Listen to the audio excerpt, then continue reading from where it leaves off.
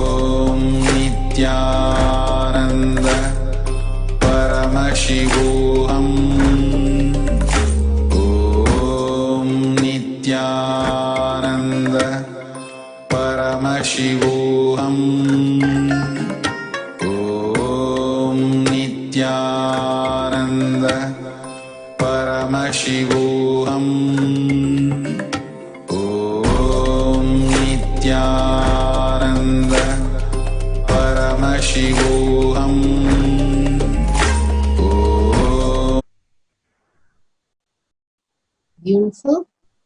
So let's go ahead and measure our height again. You can go place yourself against the wall and place a hardcover book on top of your head, and again against the same marking that you have already done, please go ahead and mark authentically without the book being tilted. Make sure the book is straight, and simply you can record what is happening for your testimonial. If you have done, please come back. Now we will again do one more cycle of altering the height, decreasing the height. So please go ahead and mark it and come back.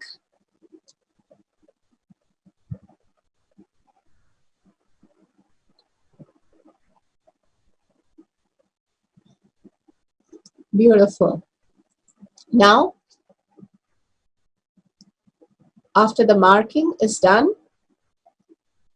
let's sit straight with the head, neck and back straight line. Remember Bhagwan in third eye, absolute unclutching to experience the state of Paramashiva, complete completion to experience the space of Paramashiva, feeling connection, Shakti Pada, oneness with Paramashiva, and Tyaga, all your identity, anger, incompletion, violence, everything, making it redundant by understanding your higher identity, higher reality, and being integrated to that identity, being integrated to Bhagavan, that your only strength is Paramashiva, will pull you to the Kailasha, becoming the being of Paramashiva. Chanting the Mahavakya, Om Nithyananda Paramashivoham, again and again, literally your whole being vibrates with that. Again and again, when you chant the Mahavakya, your frequency is raised. Your integrity is raised. We are going to have another 10 minutes of Mahavakya, and intensely with will persistence that you have already increased. Now you are decreasing your height. Continuously hold the beautiful space of oneness, Shaktipada, and contemplate on Tyaga that Bhagavan has given as a beautiful, powerful cognition. Now, let's start chanting Om Nithyananda Paramashivoham for next 10 minutes.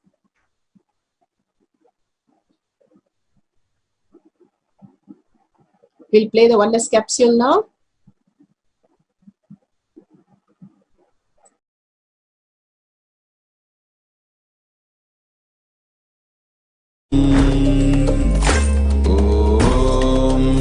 Nithyananda Paramashivoham.